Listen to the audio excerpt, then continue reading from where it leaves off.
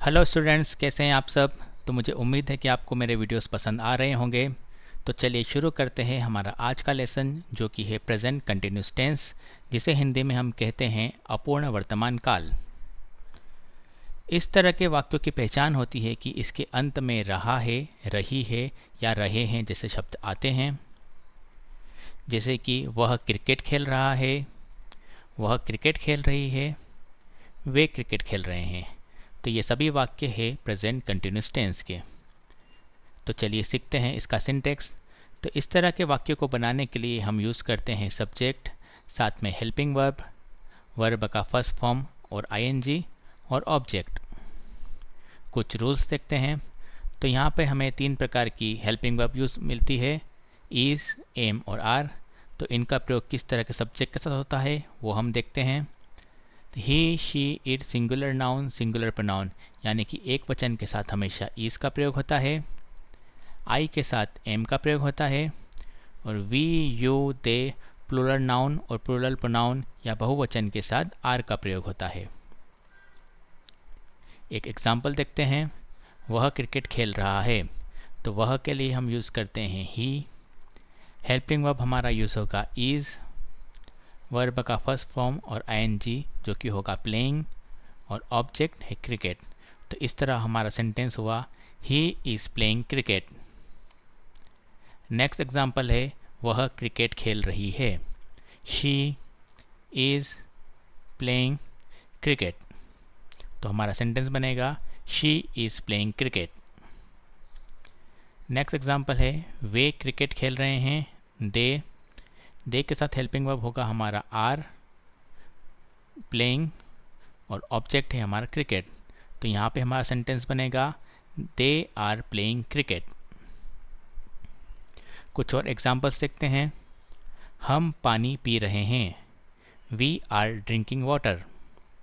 अनिका गाना गा रही है, Anika is singing a song. आप खाना खा रहे हैं, you are eating food. Aarav और कियान स्कूल जा रहे हैं, Aarav and Kiyan are going to school.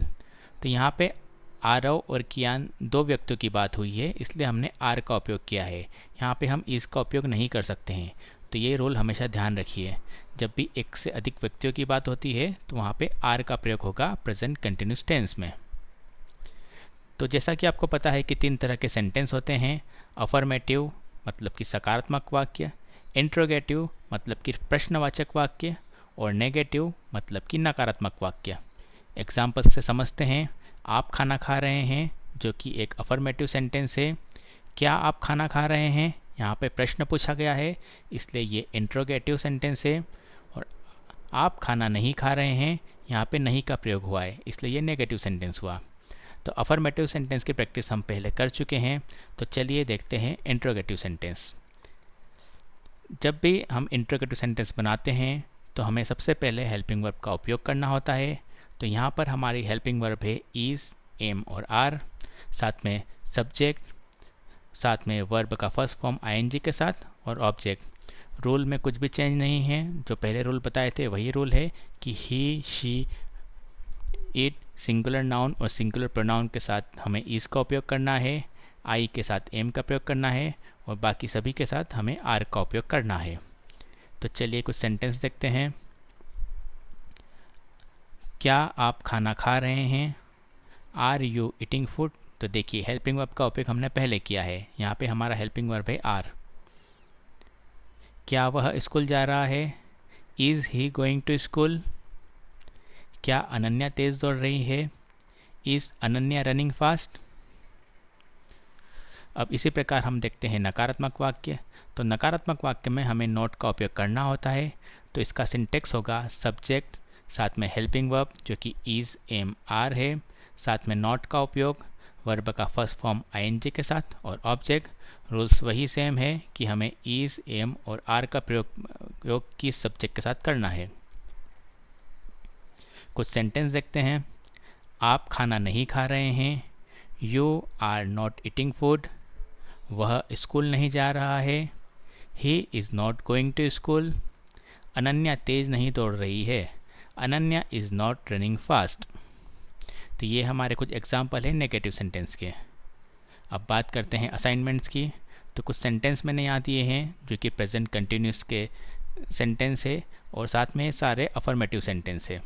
तो आप सिंटेक्स देखिए और इन्हें ट्रांसलेट करने की कोशिश कीजिए।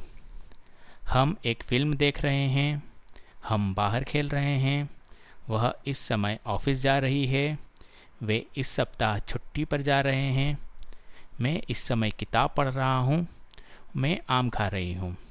तो जल्दी से इन्हें ट्रांसलेट कीजिए और मेरे साथ शेयर कीजिए। और इसके अलावा आपको कोई भी डाउट है, कोई प्रश्न है तो कृपया मुझसे पूछिए, मैं आपके क्वेश्चंस के जवाब देने की पूरी कोशिश करूँगा। तब तक के लिए थैंक यू।